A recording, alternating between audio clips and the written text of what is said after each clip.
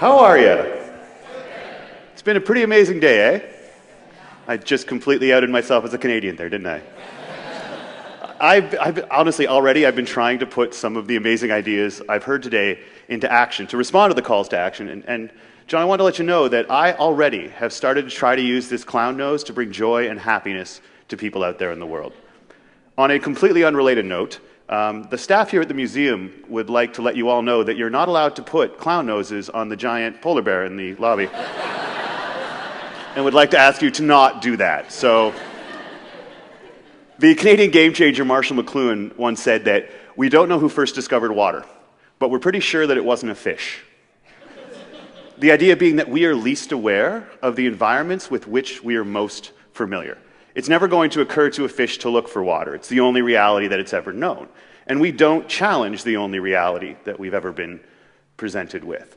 And I think that's significant, because if you think about the earliest, most formative years in our lives, the reality with which we're most familiar is school. School is the water in which we swim for like the first 20 years of our lives. And we don't challenge what it teaches us often. And it teaches us the game. It teaches us rules, and it teaches us perspectives, and it teaches us truths about the world that we don't challenge for a long time, if we challenge them at all. And my problem is this: I think that some of those rules, some of those perspectives, and some of those truths that school teaches us, I think they're tremendously limiting. And I think they stand in the way of leadership, and I think they stand in the way of happiness sometimes. And that was hammered home to me a couple of years ago when I was speaking at a business school. And I love speaking at business schools, because it's always a room full of professors and their students, and they're talking about innovation and creativity and thinking outside the box. And they do it while they're all wearing the exact same suit. And at the end of the presentation, a young man came up to me. He was maybe 18 years old. And he said, "Drew, I've seen you speak 3 times this year, and I really love your stories." And I said, "Thank you, I really appreciate that." And then he threw me a complete curveball, and he said, "Do you want to know what's wrong with you?" And who turns down the opportunity to have a complete stranger tell you what's wrong with you? So I said, "Please, by all means, let me know." And he says, "You never tell anyone how to win." And so I asked him, I said, "Win what?" And he rolls his eyes at me, and he says, "Come on, man. This is a game that we're playing.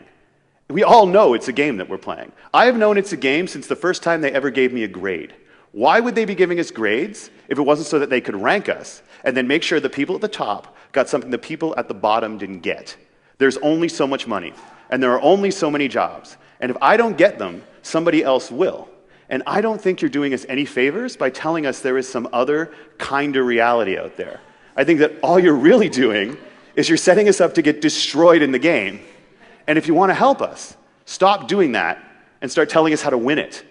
And he turns around and walks off, because he has made his point, and debate sucks, right?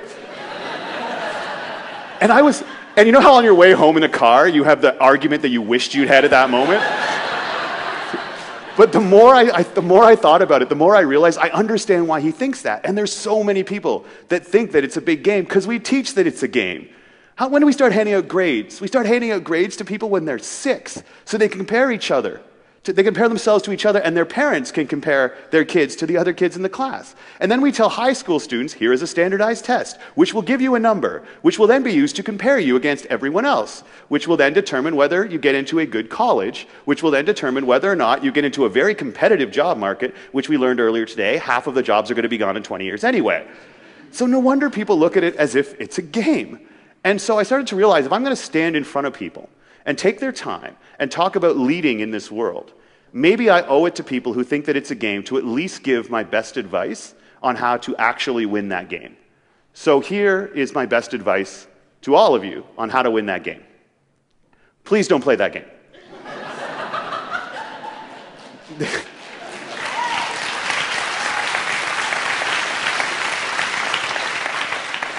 Because there are no winners in that game. Honestly, I think there are only people who have been beaten. Because once we start to believe that it's a game, once we start to believe that work is a game, that school is a game, that life is a game, I think what happens is we adopt this belief that there are winners and there are losers. And for reasons passing understanding, even the most extraordinary people seem to think sometimes that they're losing.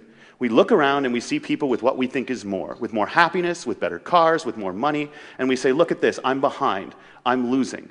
And once we start to adopt this idea that there are winners and there are losers, I think we start to embrace this idea that we live in a world of scarcity, where there's only so much and all of us have to take our piece, and that means that any happiness that you get is a little less happiness for me. And any success that you enjoy is success that I will never get. And this belief that we live in a world of scarcity is what I think leads to so many of the things that we are ashamed of in our society. I think it's what leads to greed. It's what leads to jealousy. It's what leads to the building of empires on the exploitation of other people. And it's what leads to the bullying that starts in our playgrounds, but it continues. It continues into our staff rooms and into our boardrooms and into the hallways of the places that we work. And my work is to try to convince individuals and organizations to choose to live in a different type of economy. Because I think that right now we're living and we're teaching an economy of scarcity. And I think that we can live, and we can choose to live, and we can choose to teach an economy of abundance. Because maybe there is only so much money, and maybe there are only so many jobs. But I honestly believe there is no limit to the amount of self-worth that is available to us. There is no limit to the amount of satisfaction that is available to us. And there is no limit to the amount of happiness that is available to every person at every age. If we can find a way to separate self-worth, satisfaction, and happiness from our job titles and from our paychecks. The problem is we're not taught to do that. I spent a decade and a half in higher education, and I've come to realize that there are lessons that are learned even though they are never explicitly taught. And one of the most powerful, and what I think is one of the most dangerous, is this one. The secret to happiness is freedom. The secret to freedom is money.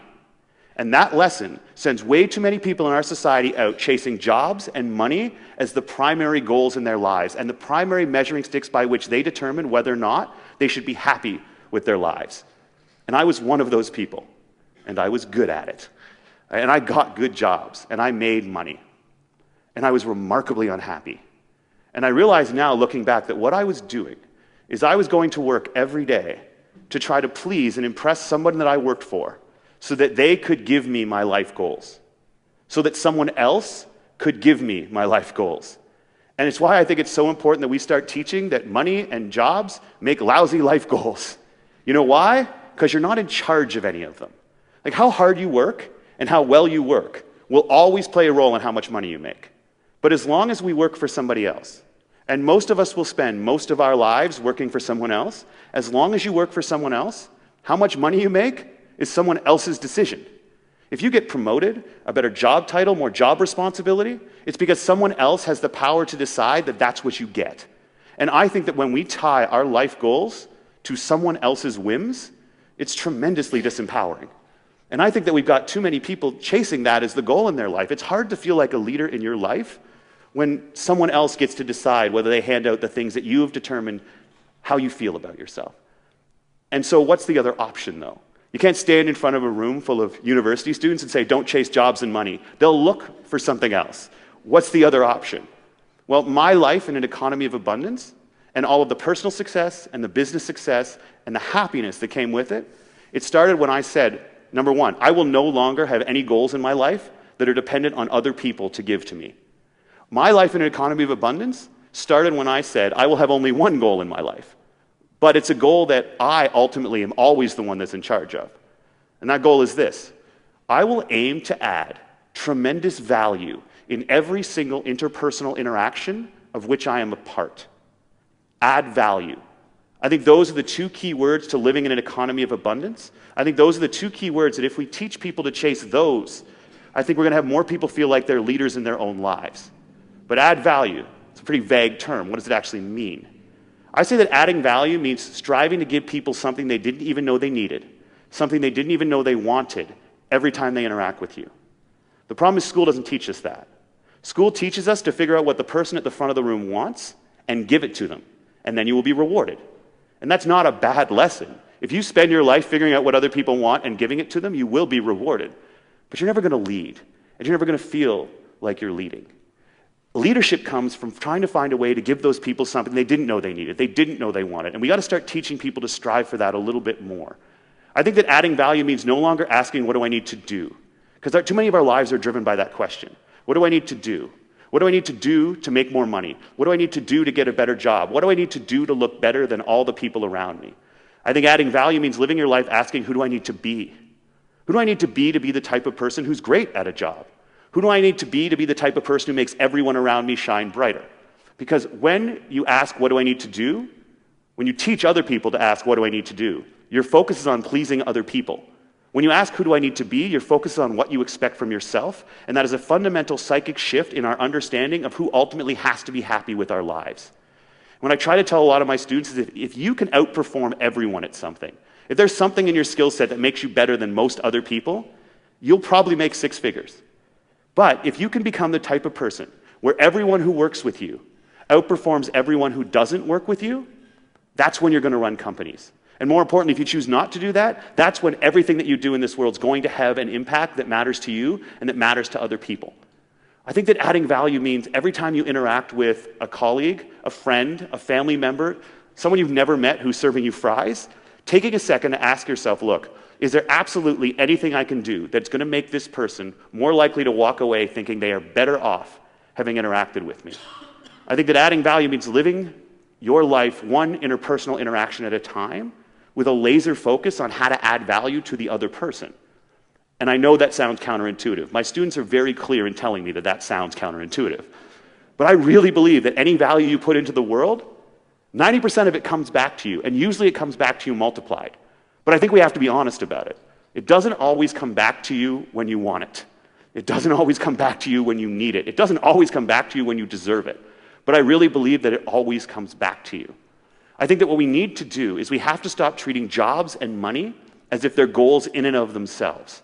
I think what we need to start teaching our young people and embracing ourselves is that jobs, money, prestige, respect, happiness, those are all the natural byproducts that come to people who figure out a way to add tremendous value with whatever their gifts are. And that takes a leap of faith. I don't deny it. To stop treating the things that we've always been told should be our goals, stop treating them as goals and instead say they're the natural byproducts that will come to me if I add value at every turn, it's a leap of faith. It's a leap that's paid off for me in every way imaginable. And I think it's a payoff that's available to anyone who is willing to embrace the idea that whoever adds the most value reaps the biggest profits. Not just financially, but socially, emotionally, spiritually, and psychologically as well. Because we are always judging ourselves. And we're usually judging ourselves against what we think we're supposed to have. And your brain every night judges you based on how well you're doing with your goals. And if your goal in life is money, every night your brain asks you, hey, am I rich? And if your goal is titles and promotions, every night your brain asks you, did I get promoted today? If it's awards and accolades, every night your brain asks you, hey, did I win anything today? And let's face it, for most of us in this room, the answer to at least 2 of those questions every night is going to be no. And guess what? If every night you tell yourself, I didn't get my goals today, consciously or subconsciously, it changes you. It turns you into someone cynical. It turns you into someone bitter. Someone who is even less effective at adding value and therefore less effective at getting the things that you want. But if we can make that one goal in our lives, to judge ourselves every day, did we add value today? Because it's so easy to do and because there's so many opportunities to do it at home, at work, at school. Every single day we're giving ourselves the chance to go home and say to ourselves, I met my goal today. And when you do that every day, it changes how you think about yourself. It changes how you treat other people. It turns you into someone who can consistently add even more value and therefore someone who gets even more of the things that you're looking for. I think there's a reality we have to face. Not all of us are born with the same ability to read, to write, to do math, to take tests. But for 20 years, both ourselves and our kids, that's how they evaluate themselves for the first 20 years of their lives. How different would our world be if we gave as many rewards and as high-profile rewards to the kids who could add value to each other and to the people around them every day? What if we rewarded that at the same level and with the same prestige that we rewarded kids who could get straight A's? I think that that would be a game changer. And I think that we can all start doing it. And I've had people tell me that this isn't leadership. I don't talk about leadership. What I talk about is being nice. And we all know what happens to nice people in the real world, right? Maybe nice people finish last. Maybe that's true. Have you ever thought that maybe nice people finish last because their finish line is so much farther ahead? Because their finish line is so much higher? Maybe nice people finish last because they're playing a longer game. Maybe they finish last because they're playing a game that's more important. Maybe they're playing a game that doesn't have any losers. I think that's a game worth playing. I think it's a game worth teaching. So I say, let's go and play it. Let's go and teach it. Let that be our leadership. Thank you all so much for adding value to my life today, all right? Thanks so much, guys. All the best. Thanks.